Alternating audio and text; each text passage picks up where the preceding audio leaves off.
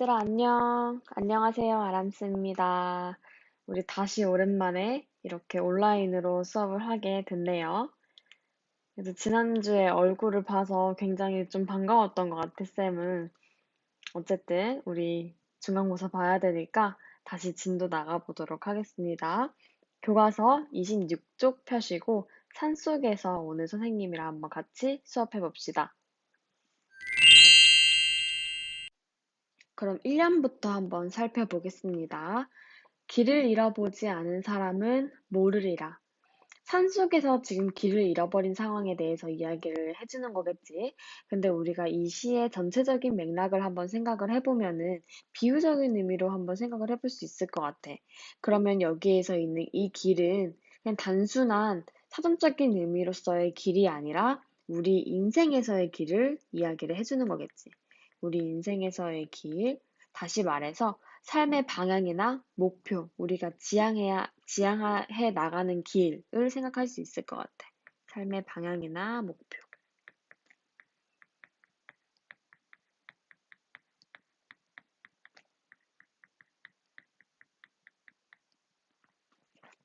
길을 잃어보지 않은 사람은 모른대. 근데 우리가 여기서 길을 잃는다는 거는 인생길에서 내가 원래 나아가야 된 목표에서 좀 벗어나고 내가 부정적인 상황에 처해 있는 거라고 생각을 할 수가 있겠지. 그러면 여기서 길을 잃어보지 않은 사람이라는 뜻은 다시 말해서 시련을 겪어보지 않은 사람으로 해석할 수 있을 것 같아. 시련을 겪어보지 않은 사람.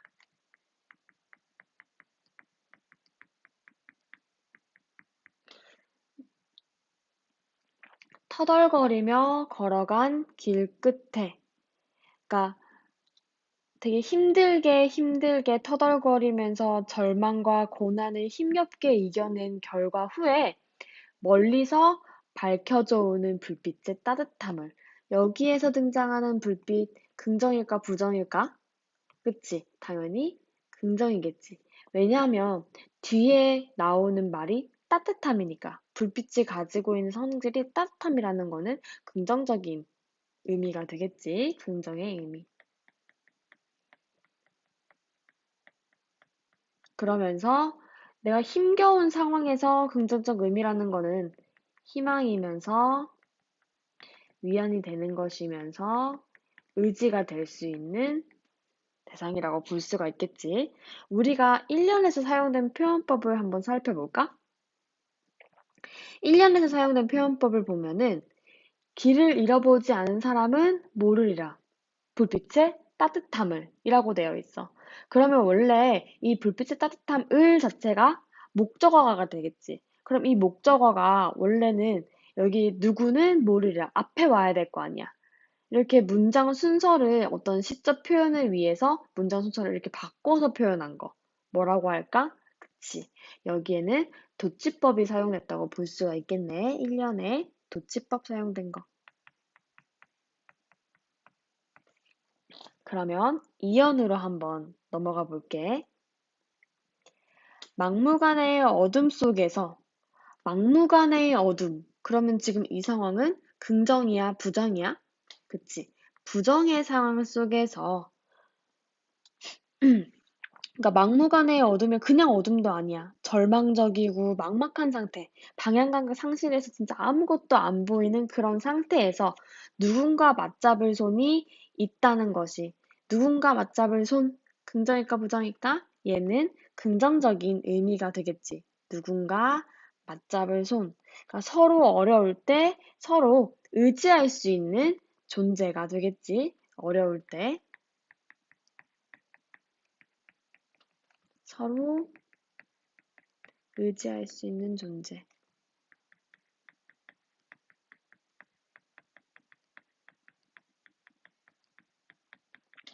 인간에 대한 얼마나 새로운 발견인지. 그러니까 인간은 누군가에게 위로와 위안이 될 수 있는 존재라는 거를 이야기를 해주는 거겠지. 일상의 경험에서 화자가 새롭게 얻은 깨달음인 것 같아. 그러면 사면으로 한번 넘어가 볼게. 산속에서 밤을 맞아본 사람은 알리라. 그러면 산속에서 이 밤이라는 시어도 부정적인 상황을 이야기해준다고 볼 수가 있겠지. 산속에서 밤을 맞아본 사람은 아까는 길을 잃어보지 않은 사람은 모른다고 했는데 이번에는 안다고 했어. 지금 이 산속에서 밤을 맞아본 사람은 어떤 사람이야? 시련을 겪어본 사람이겠지? 시련을 겪어본 사람.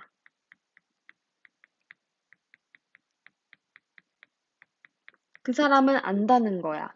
그 산에 갇힌 작은 지붕들이 거대한 산줄기보다 얼마나 큰 힘으로 어깨를 감싸주는지, 지붕들이 어깨를 감싸준대. 그럼 여기에 나오는 이 지붕들도 아까 앞에 나왔던 불빛이나 누군가 맞잡을 손처럼 어려운 사람들한테 희망을 주는, 의지를 하게 해주는 긍정적인 의미가 되겠지. 얘도 긍정적 의미.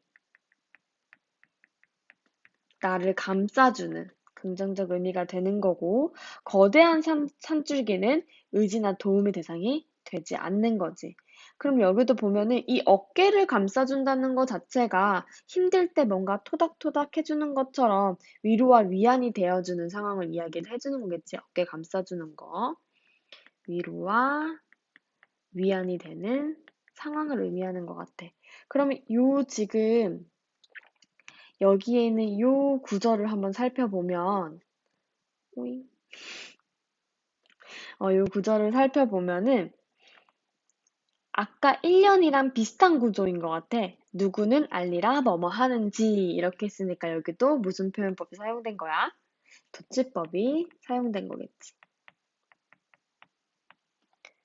자, 그 다음에 4연. 먼 곳의 불빛은 나그네를 쉬게 하는 것이 아니라 계속 걸어갈 수 있게 해준다는 것을. 그러면 여기에 있는 이 나그네. 나그네는 어떤 사람일까? 어떤 상황 속에 있는 거야? 그치? 뭔가 떠나서 이렇게 정처 없이 떠도는 사람들, 어려운 처지에 놓여 있는 사람들이라고 생각하면 되겠지. 어려운 처지에 놓인 사람들.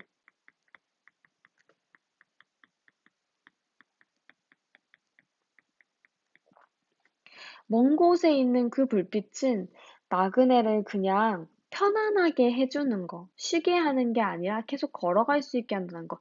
나그네가 계속 그 같은 자리에 머물러서 쉰다고 해서 이 사람이 가는 길이 끝나는 게 아니지. 목적지에 도착한 게 아니지. 그러니까 나그네한테 사실 제일 좋은 도움은 계속 걸어갈 수 있게 도와주고 의지할 수 있게 해주는 게 가장 좋은 도움일 것 같아. 그러면은 여기에는 이 쉬게 한다는 거는 우리가 쉬는 거 좋다 이렇게만 생각할 수 있겠지만 여기에서 있는 이 쉬게 하는 것 자체는 그냥 일시적으로 나그네를 편하게 해주는 거라고 생각하면 될 것 같아. 일시적인 거야. 근데 그 불빛 같은 경우에는 계속 걸어갈 수 있게 해준다는 거기 때문에 지속적인 동기 유발, 지속적인 뭐 희망 부여 가 될 수 있을 것 같아. 그러면 사실은 일시적인 도움보다는 좀 더 궁극적인 해결책이 되겠지.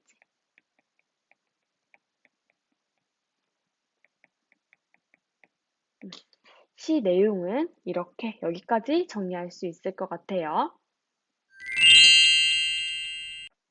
자, 그럼 지금부터는 산속에서 핵심 정리 들어가겠습니다. 성격은 사색적이고 성찰적이고 고백적이야. 아무래도 이 시가 산속에서 길을 잃고 헤매었던 화자의 경험을 바탕으로 깨닫게 된 삶에 대한 성찰을 이야기를 해주고 있는 시여서 사색적이고 성찰적이고 고백적이라고 이야기를 하고 있는 거고, 어려움을 겪고 있는 이들에게 희망이 될 수 있는 따뜻한 힘이 주제가 되겠지. 그래서 이 시는 어려움을 겪고 있는 다른 사람들에게 희망을 줄 수 있는 존재가 되자. 이런 내용을 전달하고 있다고 생각하면 될 것 같아. 이 시의 표현상의 특징은 도치법을 사용하고 있다는 건데, 이 도치법 같은 경우에는 1년이랑 3년에서 드러나고 있지. 그 다음에 두 번째 표현상의 특징은 긍정적인 의미를 지닌 시어와 부정적 의미를 지닌 시어를 대조적으로 사용해서 주제를 효과적으로 구현하고 있다는 거야. 그럼 여기 대조적인 표현들 한번 찾아볼게. 음, 일단은 긍정적인 의미의 시어들을 먼저 정리를 해보자. 긍정적 의미의 시어들은 어떤 게 있었냐면 불빛, 왜냐면 뒤에 따뜻함을 이라고 부연 설명해주고 있었지. 그 다음에 누군가 맞잡을 손,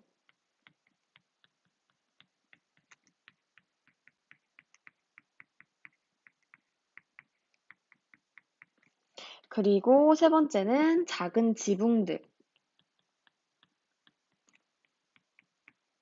왜냐면 작은 지붕들도 어깨를 감싸주는지 하고 설명하고 있었지. 그러면 이번에는 부정적인 시어들 한번 봅시다. 부정적 의미를 가진 시어들은 어, 두 가지가 있었지. 어둠과 밤. 그럼 이 두 시어들은 각각 지금 대조적 관계에 있는 시어들인 거지. 그래서 긍정적 의미를 가진 시어는 희망과 위안과 위로라는 의미를 가지고 있고, 희망과 위안과 위로. 부정적인 의미의 시어는 고난, 슬픔, 시련 등을 비유적으로 드러내고 있다고 볼 수 있겠지. 그래서 또 한번 다시 정리를 하면 시어의 의미와 화자의 태도를 좀 연결지어서 생각해보면 좋을 것 같아. 여기서 좀 등장하는 중요한 시어들이 불빛, 어둠, 나그네라고 했을 때 불빛 같은 경우에는 상징적 의미가 희망이나 아까 얘기했던 것처럼 위안이나 의지가 되는 존재를 이야기를 해주고 있었고,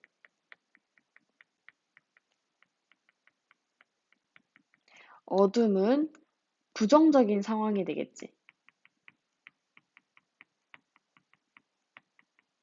그리고 나그네는 이러한 부정적인 상황 속에 놓인 존재가 되는 거야. 그럼 이 시가 결국 이야기를 하고 싶은 거는 이런 부정적인 상황 속에 있는 나그네라는 존재한테 우리는 불빛이 돼야 한다라고 이야기를 해주고 있는 거지. 최종적으로 이야기를 하면 우리가 불빛과 같은 존재가 되자.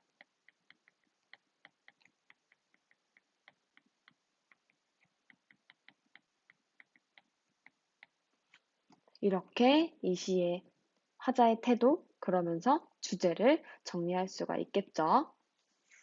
그럼 여기까지 산속에서 정리하도록 하겠습니다. 자, 그러면 지금부터는 산속에서 학습활동 내용 정리 같이 해보도록 하겠습니다. 교과서 28페이지 펴고 같이 필기하면서 들어주세요. 1번부터 한번 같이 봅시다. 이 작품을 감상하고 시상 전개에 따른 화자의 경험과 그 경험에서 얻은 깨달음에 대해 알아보자.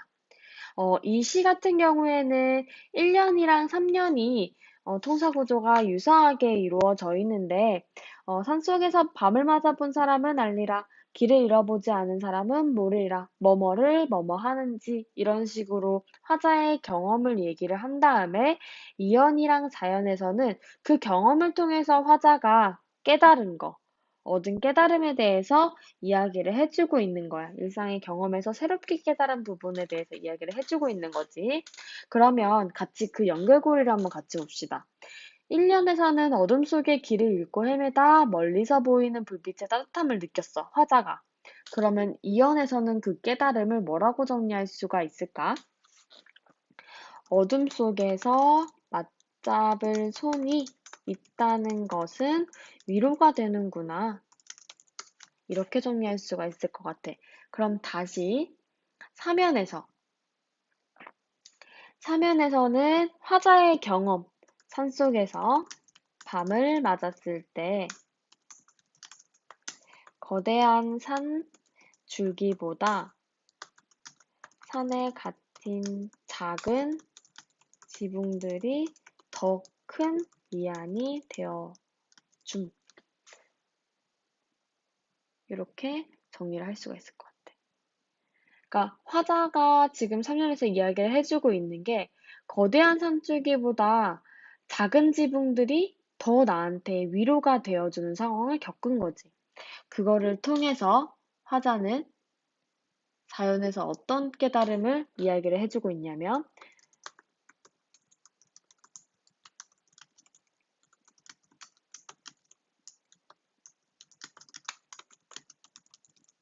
먼 곳의 불빛은 일시적인 도움을 주는 게 아니라 나그네가 계속 걸어갈 수 있게 도와주는구나.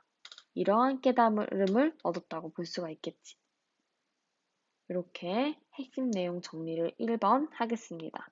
잠깐 멈추고 어, 교과서에 필기하고 2번으로 넘어갈게요.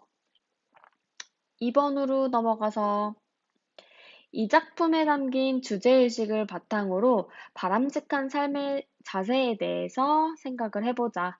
다음 밑줄 친 시구의 의미를 비교해보고 이를 통해 화자가 말하고자 하는 바람직한 삶의 자세를 적어보재.